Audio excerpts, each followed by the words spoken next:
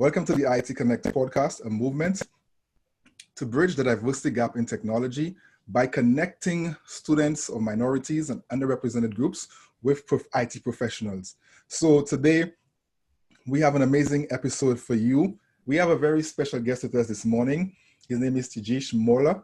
He currently serves as the principal of technology practice at Omniscope, which is a fast-growing IT consulting company. And I'll let him talk more about what they actually do. But let me just say, welcome to the podcast, Tejesh. How are you? I'm very well, Cousin. Thanks for inviting me to share my thoughts, and great initiative. Congrats to you, who is trying to give back and help students. I wish something like this was there when I was graduating. Congrats to you, and thank you. Thank you very much for that. So I kind of touched on your bio, but I want to get a better snapshot of who you are and what you do. So tell us Sure. Tell us more about the company, what you do today, and let us get to know just a little bit more about you, where you are today. Sure. Before starting that, congrats to everyone. I see everyone is progressing towards a career that they're looking for with very clear thoughts on where they want to be. So I came to UIS. I graduated probably 10 years ago at UIS with a computer science major. And currently, I live in St. Louis. I'm married from 7 years, and so it's a great journey all through these 12 years since I have been here. Currently, I'm heading the company called Omniscope. We are a technology services and solutions company, and partnering with Salesforce and Oracle, implementing software as solution services for companies at different levels. I'll probably stop there, and maybe we can discuss and go from there. Absolutely. So what is your current role, remind us of your current role in the company, and what does that role actually entail on a day-to-day basis? So it's a little bit, you can call it as more of an entrepreneurial role. I was working probably 8 years before I picked up this gig, which is my current role is principal technology practice, which means I deal with a little bit of everything. This is not a pure technology hands-down role. I take care of customers, employees, and overall business strategy in terms of our technical partnership with Salesforce and Oracle. I manage projects, I oversee designs, I lead teams. It's a complex role with a lot of responsibilities. So that's my role. And if I were to ask you, Tejesh, what skills or competencies? Because what you described, it's quite a lot actually. So, what skills and competencies you would say that someone like you needs to have to thrive in a role such as this? Yes, this role, I probably say, I'm doing it from last 2 to 3 years. That requires a base understanding of technology itself, meaning software technology in the enterprise world. Either it is a custom developed application or a software as a solution. So I worked as a ERP consultant for about consultant, meaning as a developer in Oracle ERP, which is PeopleSoft. So basically, I think core understanding the overall business processes inside a company, especially relating to customer relationship management, the CRM software, in this case, Salesforce and also Oracle ERP. So it's not about the underlying technology. It's more about the business process and what does businesses need for each of these departments, right? Of course, we are all developing software to address the business challenges, right? What are those challenges and how can software address those particular challenges. For example, now everybody is working remote, right? And everything changed within few weeks. I give an example. For example, we were working with a company to modernize and transform their customer support, right? They were using legacy phone systems before.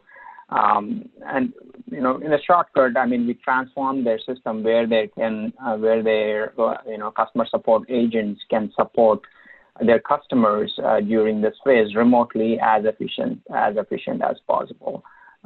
So we deal with business process, transformation, mapping their business process into the product, and then delivering it and managing it and customizing it. Yeah. And that's good. And I feel like you gave us so much value in what you said just now. Just a couple of quick questions I had. Could you explain what an ERP is, or just give us an idea of what that is? So ERP is, it's an acronym for Enterprise Resource Planning. Now when I started, I don't know ERP. My sister was into ERP, and I know I was hearing it when I was growing up. Hey, ERP, Oracle, big software as a solution. So there are two types of products, right? You are building a solution for a specific business process, or you are buying a solution, the software as a solution, which is very prominent now. So ERP is the one which connects software which connects all the business process involving their hiring or their financials. Like if you are in business, you need to hire people, you need to pay people, and you're getting that paycheck every month.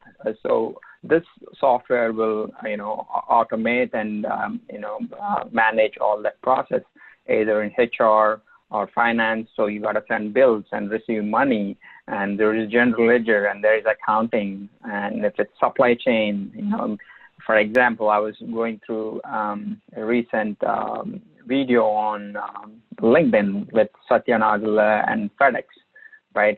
They have products all over as a logistic provider. They transport goods of different companies across the country. So maintaining that supply chain, what products do you have, when do you dispatch, when do you order stuff? So you don't know, there's so much going on in a business, at least at an enterprise level, which this ERP will handle all that process. There's a software for that. And that's good stuff. And guys, something Tejesh mentioned I want to make sure we call out is the fact that as a computer science or an IT major, your primary role is to be a problem solver, right? You come into these companies to help them solve problems. Now, the way we solve problems will evolve compared to what we do in the classroom or what you do in a math class, right? Or even a computer science class for that matter. But the idea is to, find out what the need is, understand the business as much as you can, and again, find a solution that meets the need. So I like the way you brought that up very early in the recording, Tejesh. So let's get back into your history now. You're from India. Tell us what city in India you're from, and just about the path that took you from where you were in India to getting into technology in America today. Yeah, thank you.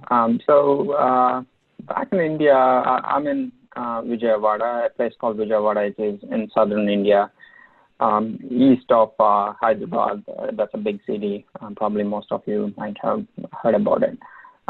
So back in India, I was having fun, and I was actually a cricket player. I played for my state, and I led teams at my school, and I was also captain of my college and stuff like that. I was a professional player. I played for almost 10 to 12 years at a professional level. So I thought I would be in the Indian team, but I was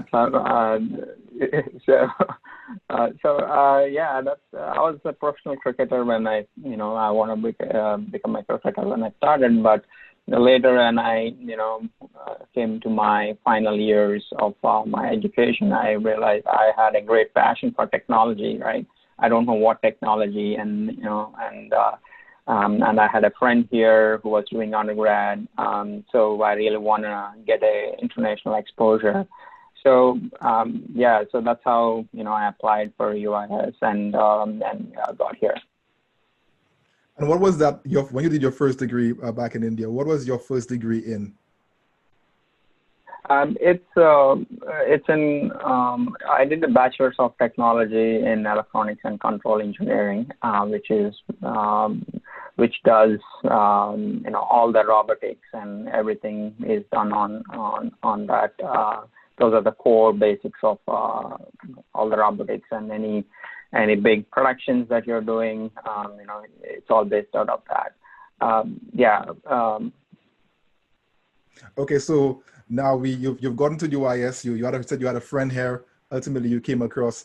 Could you just kind of describe the application process for UIS and what it was like when you finally got to campus?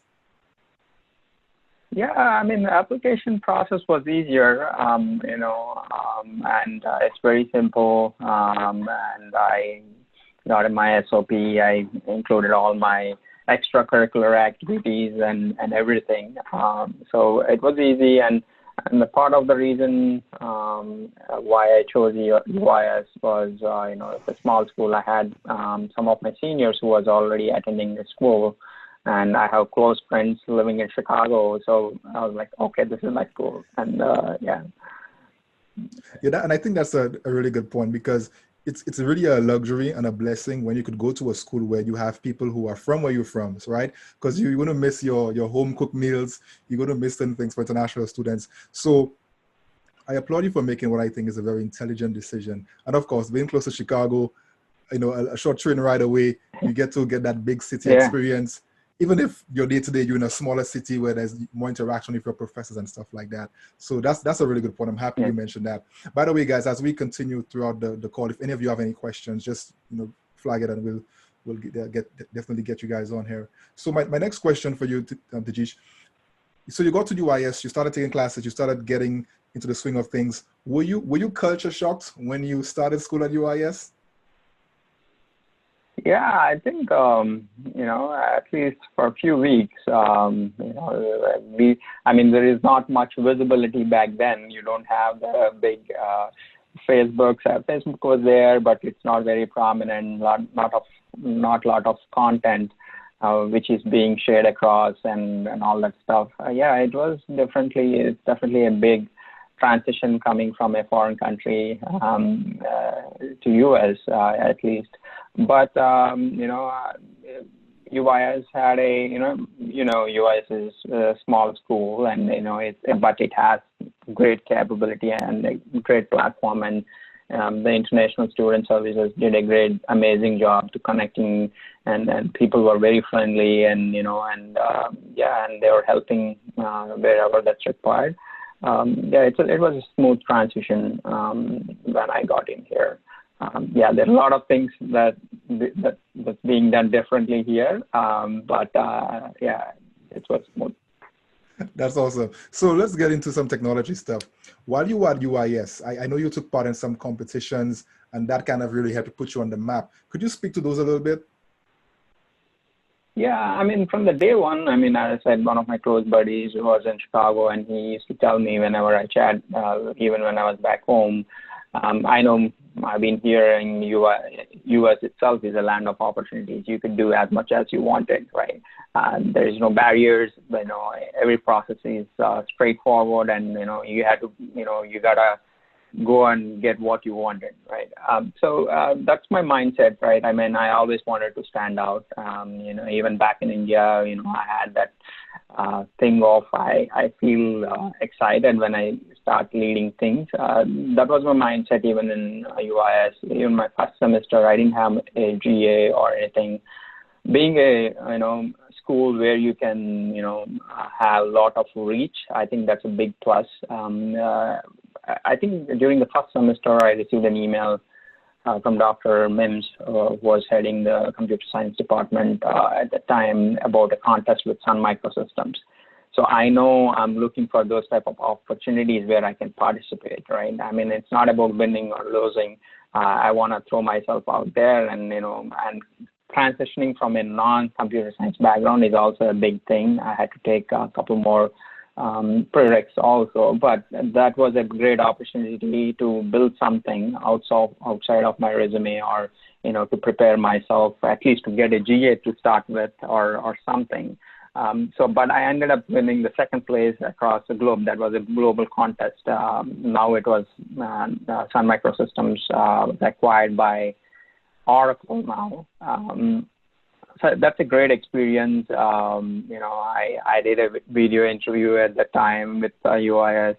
And then, I think the mindset for, beneath all of this is, you got to be standing out in some form, right? Of course, there are people acquiring skills, getting degrees and in various technologies, but, not just on the technology or anything. I also headed the Indian student organization. I was the president of my second year. I led many activities, so I was participating in any events that are being hosted by UIS. So, and I was constantly building. Constantly building my skills and in the ways possible. But the base of everything is you're still having fun, right? We are still going to those Friday night parties. UIS, even though it's a small city, you got nice places to go and restaurants or whatnot. So having fun and at the same time, preparing yourself is a big factor. I think that helped me at UIS, and it's a great platform. Professors are supportive, various departments are supportive, and any initiatives that you take will go very high. So, yeah. And that's some good stuff. And I just want to, first of all, say that I know we've said UIS a number of times. For those who don't know, that's the University of Illinois at Springfield. So it's part of the U of I system based in Springfield. And I anticipate a very large following for this podcast from internationals. And I definitely want to say, and I'm sure you'll agree with me, T, UIS is one of the best schools for international students, especially for graduate study. They have some unique programs that many other schools don't have. So I highly want to recommend them for those thinking about graduate study in technology in particular, coming in as international students. And again, even the domestic students, there are some amazing opportunities also. We have guys on the call who've benefited from some of those opportunities actually. Now, I know we have one question coming up, but two things you said, standing out, making sure you put yourself in position to stand out. And I think that's extremely important, guys. And I want any student who's thinking technology to think about that. How could I stand out? What could I do now? While everyone's binge watching Netflix and just hanging out and trying to live the good life, what skill can I invest in that could help me to stand out? And it's amazing, guys. So I'll just share a quick story. Aaron and I are mentoring a young lady. She's in the 8th grade, about to be in the 9th grade. And we're teaching her HTML right now. So you can tell me that by the time, she's even before college, the students she will be competing with, she will be light years ahead of them if she continues to, follow the path we're trying to lead her on. So again, you guys look for ways to stand out, and that will definitely, and get the right skills, that will definitely help you and pay dividends and dollars in the long run. Yeah. So, and also just to add to sorry. Yeah, go ahead. Yeah, I was just saying, just to add to that, right? People are willing to help you. Now it's more and more becoming, I would say, resumes are not getting you the hire, right? People are asking all the hiring managers, all the companies, hire me, right? But as they look at your resume, you should be little more than the resume, right? You have to, for example, after winning that contest at my graduate studies, and then I was able to land a graduate assistantship with the ITS department, right? Somebody recommended me because I was trying something and applying everywhere. You don't know, I applied almost for a lot of internships for my second year for that summer. I get rejections based on, not having the work authorization or not a lot of experience or whatnot, right? With technology and being from a different country or even from here, I see the trend across the board even now.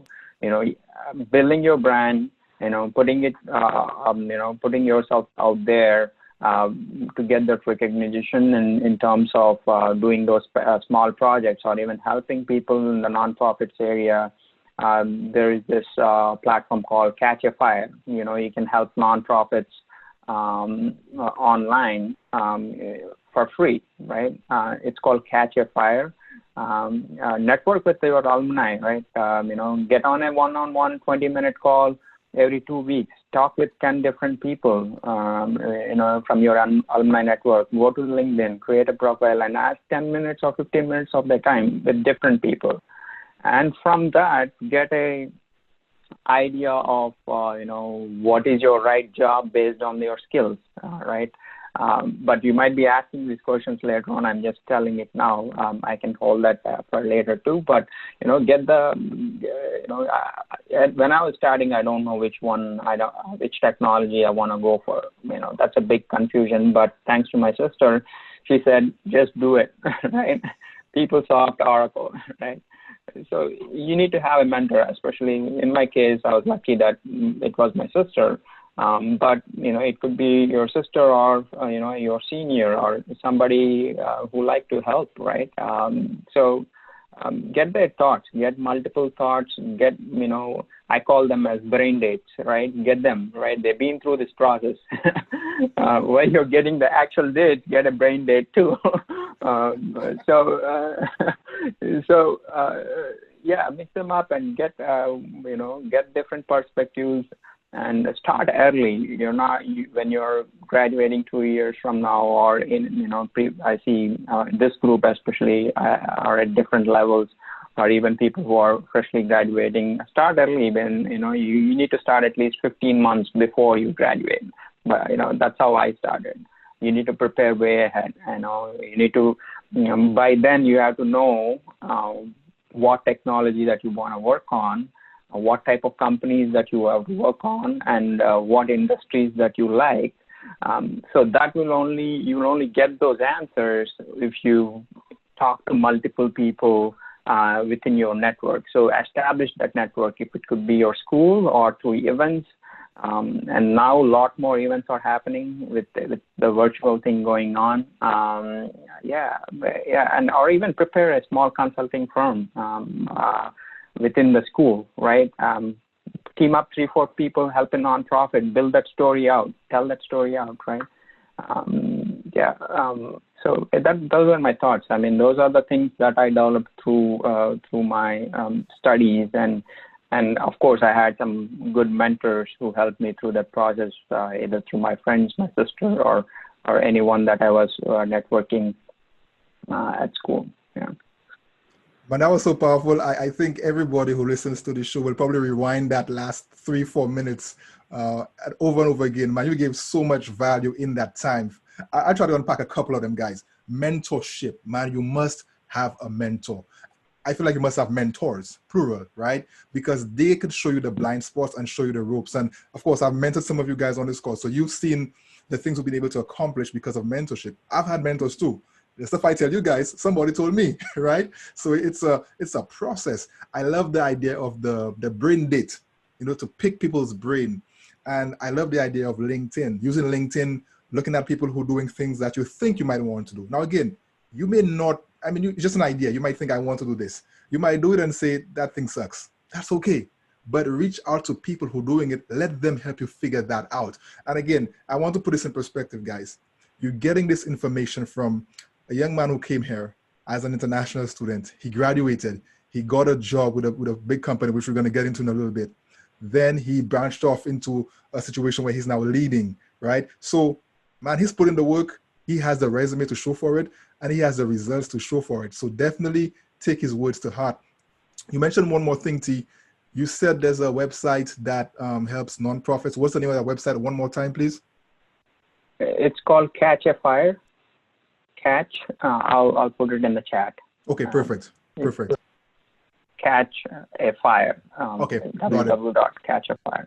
I can send you after this also. So perfect. That's nonprofit. They have various different. There are nonprofits on that platform looking for help, right? Either in accounting or technology, if it's technology, CRM, ERP, or web development. I know some of them are web developers here, and also analytics. So, build a story out of it. I know one big thing is, when you're going to the mentors, just don't go and idle, right? I mean, prepare those questions. What questions that you want to ask? Prepare. I mean, you have to show your mentor that you are working, doing your homework before you talk to them, right? Don't go with, I'm trying to get a job. What should I do? They're not going to help with that. If you say, hey, I'm trying to get a job, and I got skills in data analytics and web development, what do you recommend? What are your thoughts? What is the current industry? What it will be after 2 years since I graduate? What do you recommend? So you ask similar questions to multiple people, and you're getting their thoughts, and then you're using your, interests and and your feelings to go after that. Yeah, I like what you just said about when being strategic. I call it that, being strategic when you're approaching a mentor. Again, don't ask dumb questions. Now, I always tell people there aren't any dumb questions, but when you're approaching a potential mentor, yes, there are. A dumb question is something you could easily see on their website or on their LinkedIn profile, right? So do your homework, ask questions that would be thought-provoking, that things you're really trying to figure out. And personally, man, when people come to me and I see they're curious, that makes me want to invest in them, even if I'm really busy sometimes, but I want to invest more in them when I see that genuine, curiosity and zest for learning. Yeah. So do the same thing when you're approaching these mentors. Prepare. So true story, guys, true story. Right now, I'm trying to help Aaron get connected with the department head. I think T mentioned Dr. Mims, who has now retired. So we have a new department head. So I'm trying to connect with him because, Aaron's a rock star, and I want him to be aware that he has a rock star in his program. So I literally reached out to him months ago, but we couldn't meet. Our schedules just could not align. But now everybody's remote. I'm like, let's have a Zoom call. He said, sure. So again, I'm preparing my questions beforehand, and I'm actually bringing value to him. By the way, did you know one of your students is doing XYZ and could do XYZ for this other company? So have a plan beforehand. Don't just message and have no kind of strategy. So man, that was some really good content. We had a question from Dylan. Dylan, I want you to go ahead and just ask that question. I thought it was a really good question you dropped in the chat. The question is, during school, while you were at school, matriculating, what was one of the most valuable things that you learned from one of your failures? That's deep. One of the valuable things that I learned through my failures. Okay. I think not during school or, as I think through, I think, of course, even saying all this, you don't have this similar mindset every day, right? Even when you're sprinting, you can start sprinting at a lot of speed, but as you go through, you have to have a method to your madness, right? So I think, applying the same context even while I was in school, I definitely could have, I think could have engaged a lot more in the initial periods, or even before coming to the school, in terms of how it could evolve. So a little bit of extra preparation when you're even before coming to the school. I started doing it after coming to the school, in terms of preparing for what's available and all that stuff. I think a little bit of preparation ahead of the time will definitely help in terms of at least when you're getting in. I'm just thinking what are failures like during that time for me. It's been a while. Is there any particular area that you're looking for? No, not necessarily. Or you could speak to, since you're in business currently, that as well. Yeah. One big thing is that I'm learning now is decision making, right? Even then, it was easy because, I was talking to multiple people. That decision making at that time is choosing a technology or the path that you want to go through. I think decision making is a big thing as you move, right? As you move through your career ladder. I think that's the biggest thing I see now. There are times which are competing responsibilities. There is big numbers involved. When some decisions are being made, and it's a tough process. But you have to decide. I think that's the biggest. I spoke with several people. That's the same trend that I'm seeing. You got to decide now.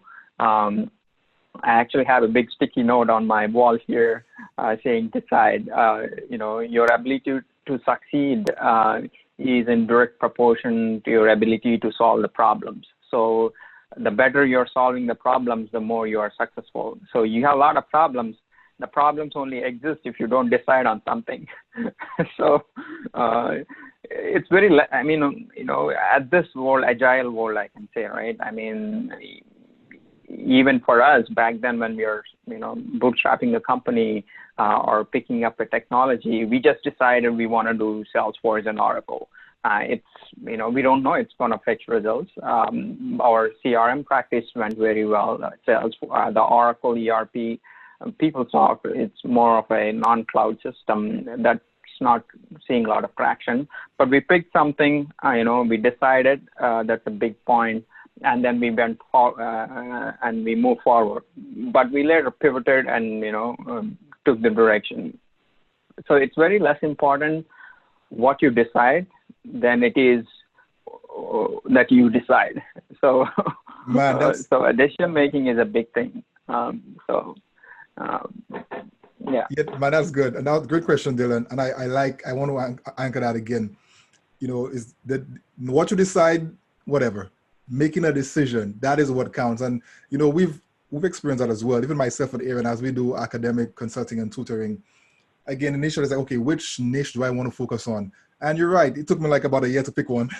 But eventually, once we picked one and started moving, we started getting people to work with. And that's what it takes. Now we're pivoting as needed, but the important thing is to make that decision and start taking action. Like, things will just come to you. You have to go out and get them.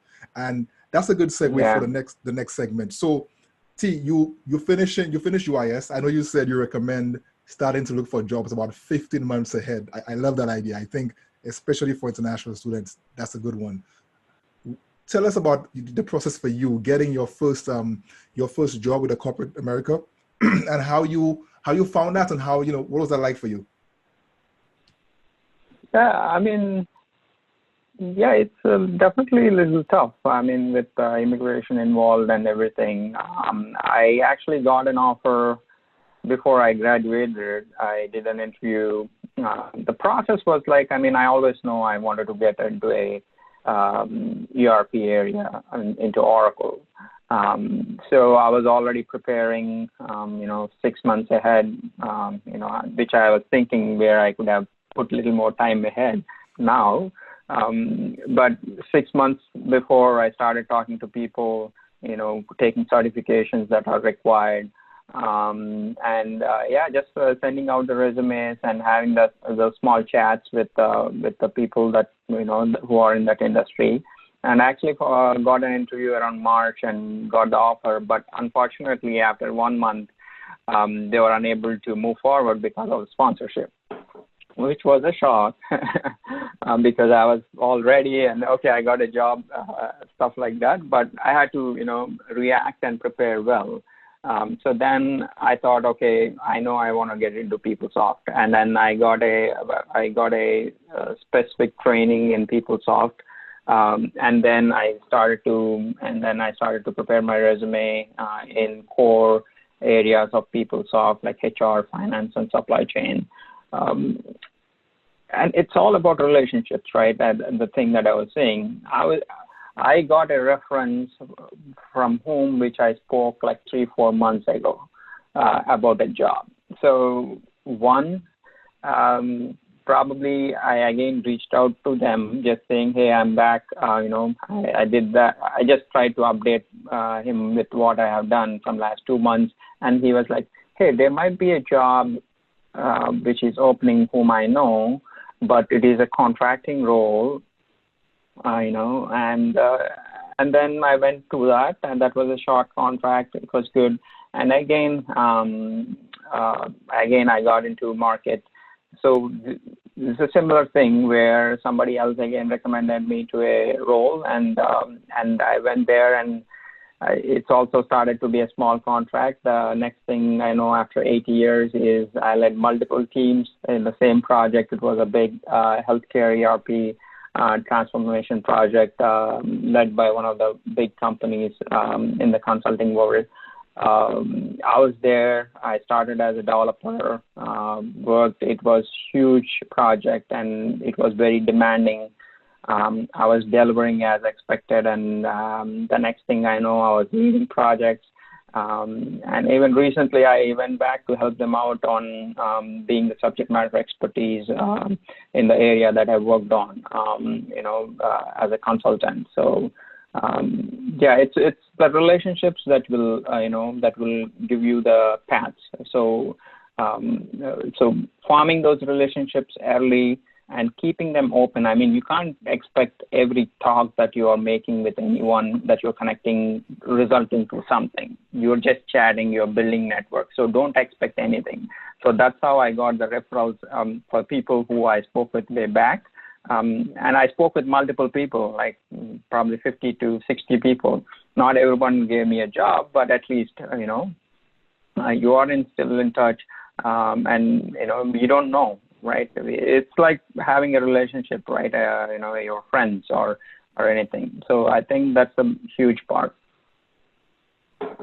Man, that's good. And I want to add to that and say that I mentioned earlier on this call that 3 of the guys who've been part of this movement have gotten interviews next week, actually. And that's just it. They, through relationship, and I was able to help connect them with someone who I'm connected with who has a need for their skill set, and through those relationships, they now have interviews. So I love it, man. Relationships, guys, are extremely important, and getting to that first job, that next job, they will be instrumental. And I always tell people, never burn bridges. So sometimes someone may connect with you and it doesn't work out. Thank them for their time, maintain a relationship. It could mean just a message once every 6 months.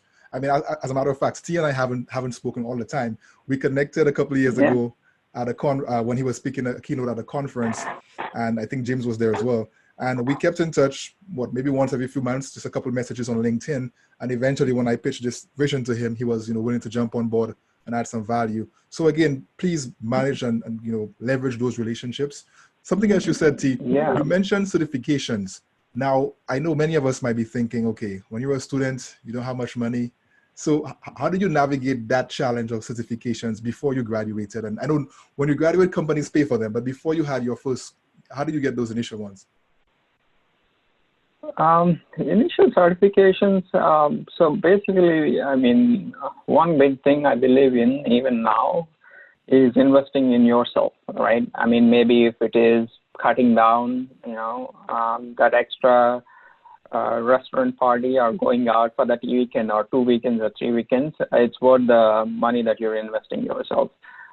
Especially times like these as a business, leading a business now, we are investing a lot in ourselves, in our employees. Maybe not every chat will not be turning out to be a customer now. It's the same concept, right? I mean, you're investing in yourself. Maybe if it's hard,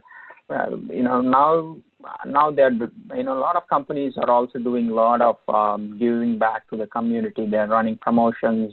They have coupons which will cut down the certifications. Even for Microsoft or Salesforce and Oracle certifications, you're like looking at $100 or $200. A lot of help from the communities, especially for students. They are even offering for free. If you're a registered student, and even trainings are being offered for free, especially Salesforce ecosystem. They really revolutionized, how companies work. And, there's this quote from Mark Benioff, who is, co-founder of Salesforce. Companies can do a lot more than just doing business. They can give back. So we believe in that as a company, as a small company, and that resonated with a lot of tech giants too.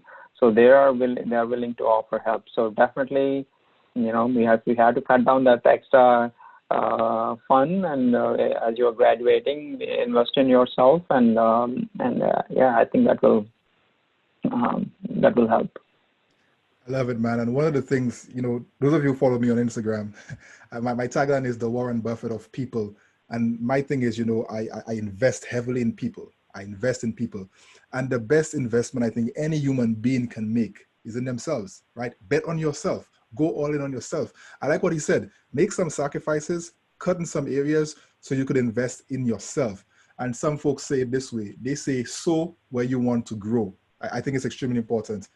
For the next segment, I want to move away from the corporate world, which is what he did, job after UIS, into the entrepreneurial space. So again, you have this job, you feel that an entrepreneurial itch. Did you just quit your job and say, I'm working for myself, and just kind of did that, or just kind of walk us through how you went from the corporate world to nurturing and cultivating from an entrepreneurial perspective?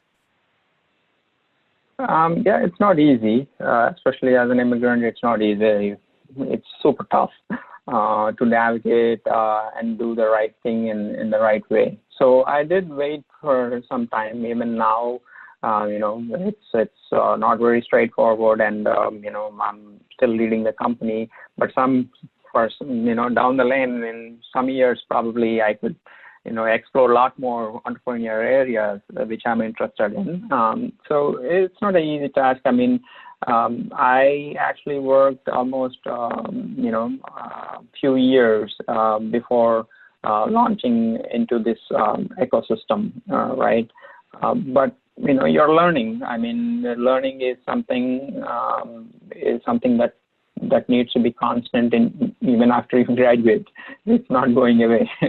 So the moment you stop learning, I think I know, especially James, looks like he's already working, and he's still learning for his data analytics, doing a master's, right? I mean, constantly investing in yourself in learning through mentorships or books. Books are the big thing, right? I mean, as you graduate, gaining that extra knowledge about how the ecosystem is in terms of launching the business, what are the basics in business strategy, and where do you want to flow. I think so some of the basics and a lot of talking to people who have done this will also help a lot. And that's good. And just remind us, your company, the company Omniscope, what exactly do they do? And give us your elevator pitch also as to why anyone needing that service should come to you guys versus your competitors. Yeah. So we are a growing IT solutions and services company. So of course, we're not creating software out of the box, right? Now the trend is software as a solution. So we were very fortunate enough to partner with Salesforce and Oracle and grow our expertise in that area and serve a lot of customers. So one area, that we focus on is CRM, which is the customer relationship management. We're going to help you with your sales, service, and departments to transform in a way where they could leverage the best products out there, which is available, and help you to achieve your business goals, and have customers who are very well satisfied, either in CRM or in ERP. I could say we did a lot of work in these 5 years. This year we are hitting the 5th year. But I think it's coming down to I've been talking to a lot of our customers, hey, what are we doing well, right? I think that's what it matters, right? I think even before going there, we all believe in some core values, right? Employee success, customer success, and community success. We are a pledge 1% company, meaning we give 1% of our profits and time to nonprofits here in St. Louis or in different regions. That's a big thing. And I was talking to our customers and asking, why do you like us, right? Give us, feedback. Right? What they said is, you're highly responsive. You have a great quality. I trust you have the people that you can do the role better. You are honest, straightforward. I feel we are in good hands, right? I think, that speaks everything what we have done and why people should come to us. Of course, we are not the Accentures or the Deloittes of the world, but we will definitely be able to give you that experience and transform your business in a way that's meaningful for you. Man, I like that. I like the fact that you emphasize on the feedback, and that's it, guys. It's good to get feedback from people who you're serving, and that's actually an area we're trying to grow in. Get the feedback because that helps you improve. If you're doing well, you keep doing well or even get better. If you're not doing as well, it's a chance to step your game up. So I really love the concept of feedback and even the ones that you shared. I like the idea of the 1% company where you give back 1% of profits and time to the community. I think that's amazing. So we have Dylan who's on the call who we chatted about this, I think just Monday. He has the vision to start an IT solutions company later this year actually, and more so next year once he's done with his studies. Also, myself and Aaron, we're the co-founders of a company as well. The question I have for you, T, is how did you build that partnership with Salesforce in order to become a trusted partner, as you mentioned earlier? Yeah, to be a partner of Salesforce or even Oracle, it's not a big, it's not a big path. You need to have right talent internally, to give that confidence to them that you are able to deliver the solutions and services to the customers. That's an easy process and straightforward, which is available online. But once you get there is what matters, because now you have to start building relationships and delivering that value to the customers. So again, going back, even in sales, I deal with a lot of sales in day to day, right? Even now. So building those relationships, customers are only buying for people they know, right? For example, I know cousin, without any thought, I said, I'll be there, right? Because, people don't have time. Of course, they're, going through the blogs and, even when somebody is hiring you, for example, they're researching about you before even going into a call, right? So people buy from people, right? It's not of course you gotta have, big reputation and good work that you have done, but at the end of the day, it's the relationships that matters. So, even when we started, that's why we have organically grown so far from last 5 years. We have known people who are big partners, who are platinum level partners of Salesforce. We went to them and said, of course, and we went to them and said, hey, we have done so much of work by ourselves as our consultants. We have good talent in our company, and give us a chance, right? So they gave the first chance, and I'll tell you a story there. So at the first chance, they subcontracted some of the work to us. We went in and we were able to establish. So that's a new account.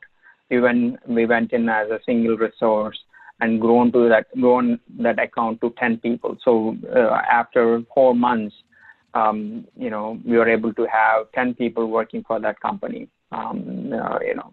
So it's the relationships.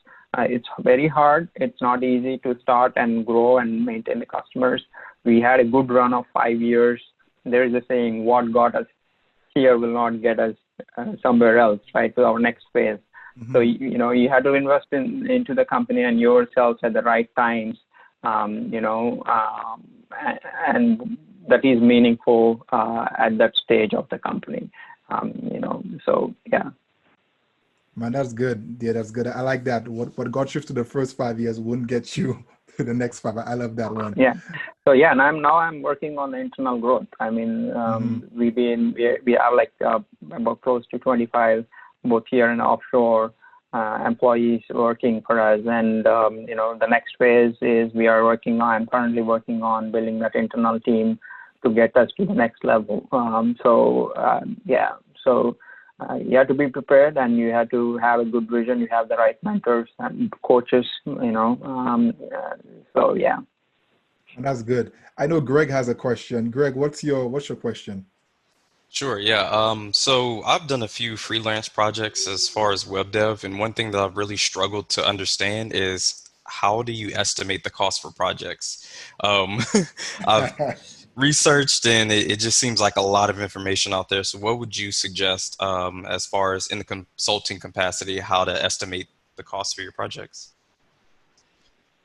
So cost, I mean, it's really, for example, if you are freelancing, my first thought when we are started, right, it's your billable rate, right?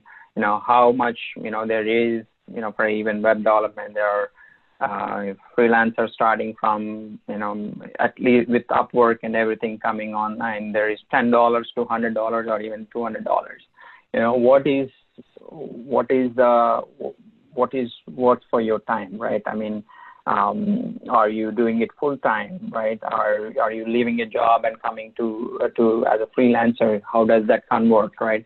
And you have hours. There is certain number of man hours required. So I think initially you have to scope the work, right? I mean, how many hours does it take, right? I think that's the basic estimation that you have to do. Do you need to bring in any graphic designers, or are you hosting on anything, right? Are you managing that stuff, or is it just they have a clear task? They just need one page where they need customer success stories on their website or anything, right? If it's very straightforward, and if it's limited scope, and if the 10 or 20% variation, you can put that hours. And once you have those hours, then you are based on the rate that you think that is appropriate for that customer level. So for example, we had customers where we are billing $150 to $180, but we have customers billing at even $80, depending upon how long it is, and there are various factors. Probably not one answer.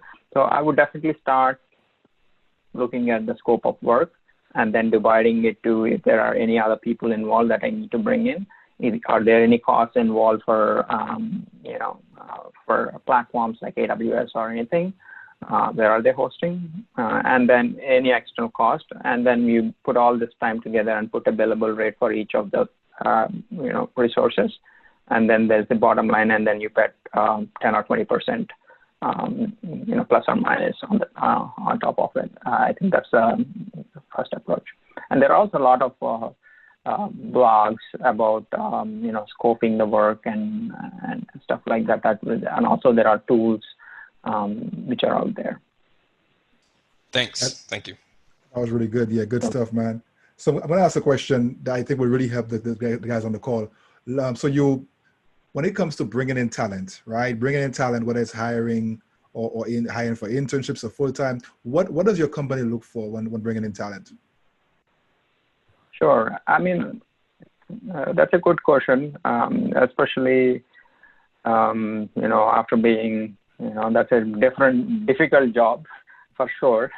It's not easy because you are, the more and more, especially in the consulting world, I mean, I always, when I talk with people, hey, consulting role is not a similar role as a full-time job working for a, full-time working for a company. So when representing consulting organizations like ours, I definitely look, technology, yeah, I look for that. I mean, if I'm hiring for Salesforce, I look for somebody who has, if it's an entry-level role, if they have done Trailheads, which is a free form of Salesforce learning, or any other skills, database skills and all that stuff.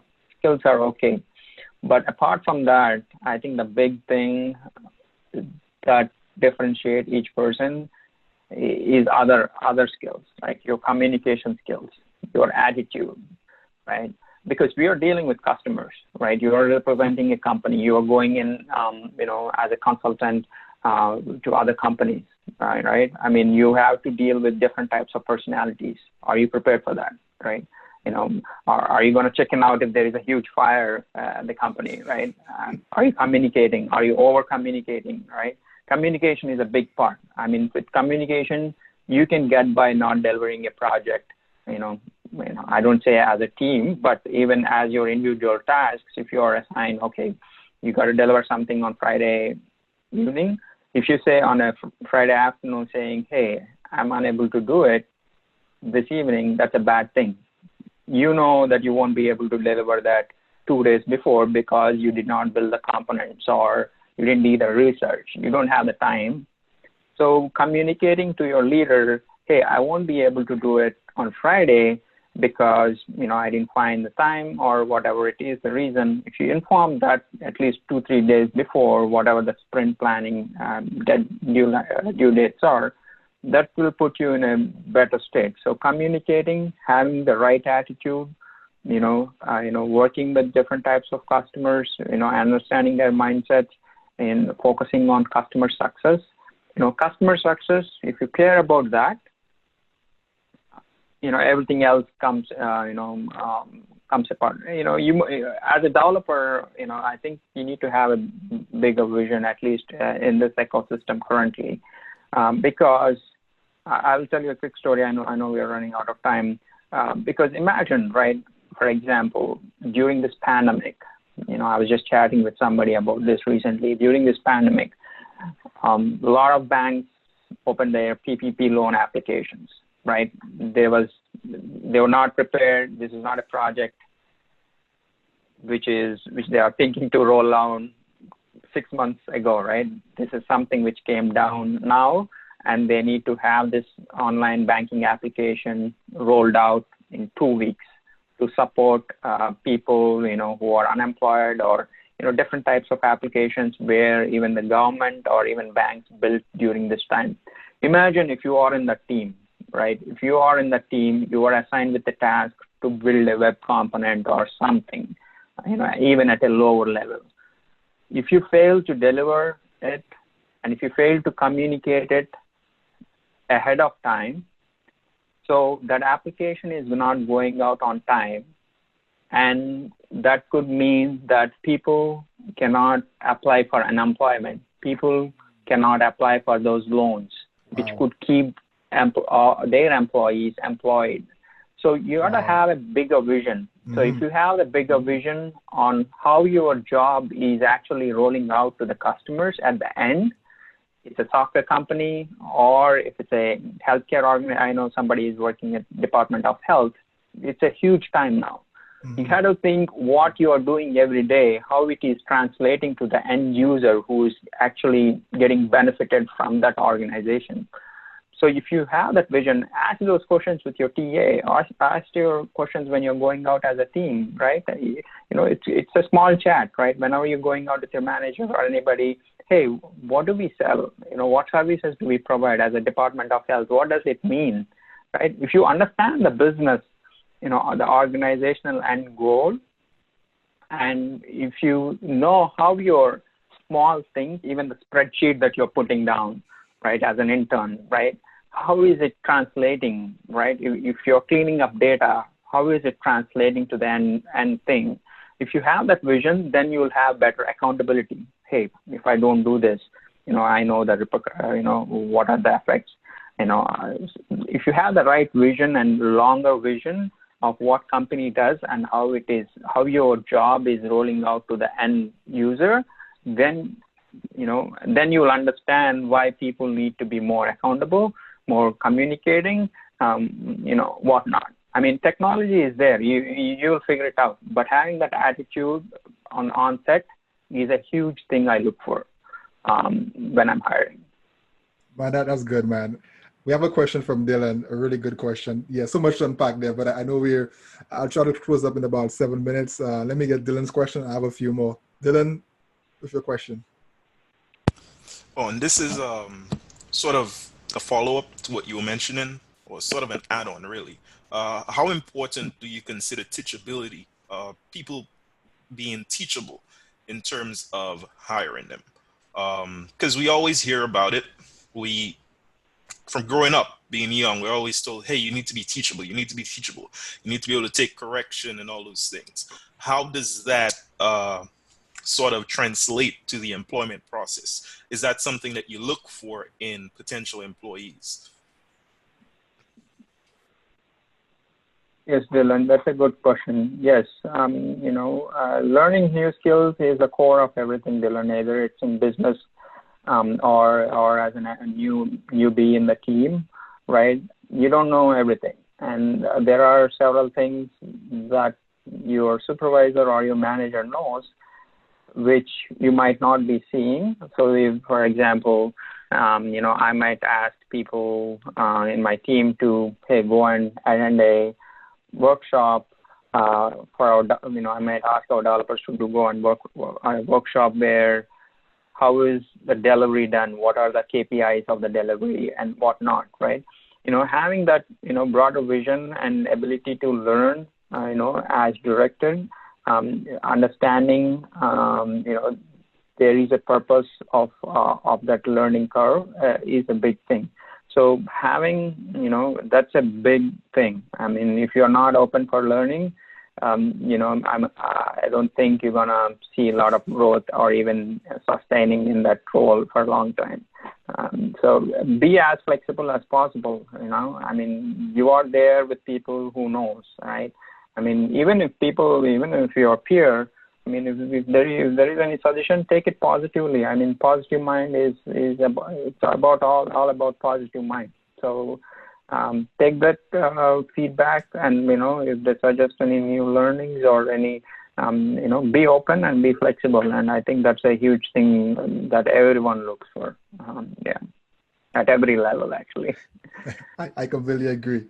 And when it comes to internships, T, how can students look for internships with your company, with the company you lead specifically?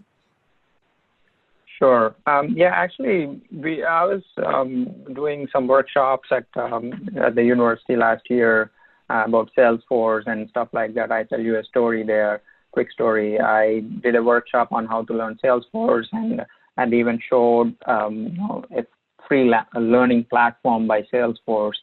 That was like a 1-hour workshop. They could earn badges, and I showed them how to earn badges for free and to become a Salesforce, to get a Salesforce job.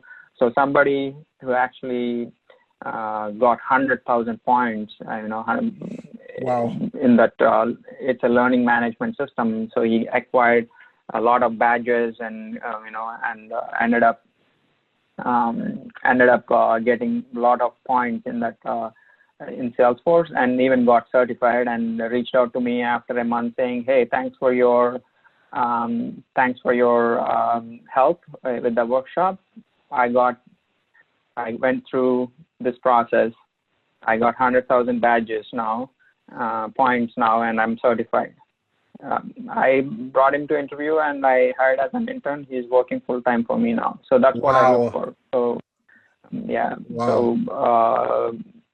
so that's what I look for, and even not just with me. So anyone in your network or in the companies that you're looking for, or your alumni, see what they're looking for. Go and see what they're looking, what jobs they are posting. Skill up if you like that job. If your skills match that job, skill up on that area, get certified, and do a quick video. I think there is something called Vidyard, right? Vidyard, it's called Vidyard. It's a free online, video recording platform, and you can send a link of your recording right away. So pull up their job and record yourself talking about the job and how you are a better fit with your certifications, if your attitude, what you have done, all that stuff. Send that link. What's wrong, right? I think that will, that type of attitude and that hustle, knowing about the company and doing what they need. If not with us, if that's the role that you wanted, there are a lot more companies that will be in that space, and you'll definitely, get hired. So yeah, I'm looking for Actually, we're not hiring a lot of interns at this moment with all the situation going on. But usually I look for people who are in Salesforce space, who at least have some programming experience in Java or HTML and databases, and who has done some trails on Salesforce, which is it's a free learning platform. It's called trailhead.salesforce.com. Somebody who has done some trails and understanding of CRM plus object-oriented programming, any object-oriented programming, and some HTML, that's good for us. So, man, that's awesome. So yeah, I'm gonna wrap things up very quick here. So where do you? Well, before I even get to that yet, I thought that was a classic case study. So the guy reached out to you after he had done the work, got the badges, and he thanked you for introducing him to that. And fellas, I mean, if you just did that, that alone would help you get a job somewhere. But yeah, I thought that was some value. I mean, just amazing value. And I hope you guys, again, Salesforce, I work for a Fortune 50 company. Salesforce is a big thing for us. I'm actually on a Salesforce related project right now. So I want to really encourage you guys, if you've never heard of Salesforce, get on Google, man, read a few things, check out the trailheads. And I love the video idea, recording a video. And again, it might be something else, but get a link showing, look nice in the video recording, say why you're the best fit. I'm telling you, the masses will not do it. If you do it, you stand out, like we mentioned earlier in the recording. So the next thing is, the next thing I want to get into, the last question, as we kind of close things over, the last two. So T, where do you see, the company in the next 5 years? So we had a good run of 5 years. So the next 5 years, I'm really hoping we grow our company to 75 to 100 employees. We're about 25, combined team of here on-site in US and offshore. We want to grow that team to a 75 or 100 employee, delivering solutions and in Oracle and ERP and data platforms.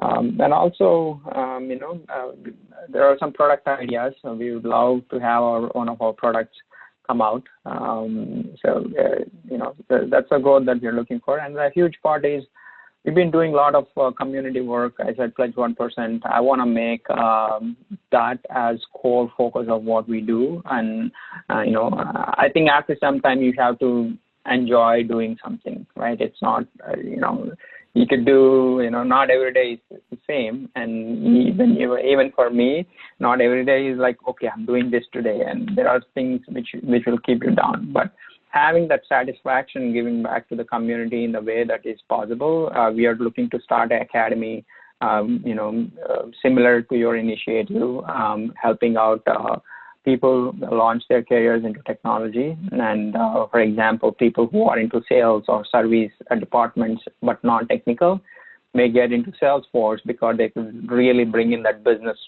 experience, business process experience, or even HR. They want to get into Salesforce, or Oracle ERP, who are into finance or supply chain departments doing something else. Not then maybe they are user of the product. Now they want to launch their career into tech. That will definitely help people because they're coming off from a deep business process experience with the cloud products, which doesn't require a lot of, they're not going to go be a developer, but there are a lot more other roles like administrators, business analysts, or anything on those lines which could help. So there is that initiative that I'm working on, which I'm really passionate about.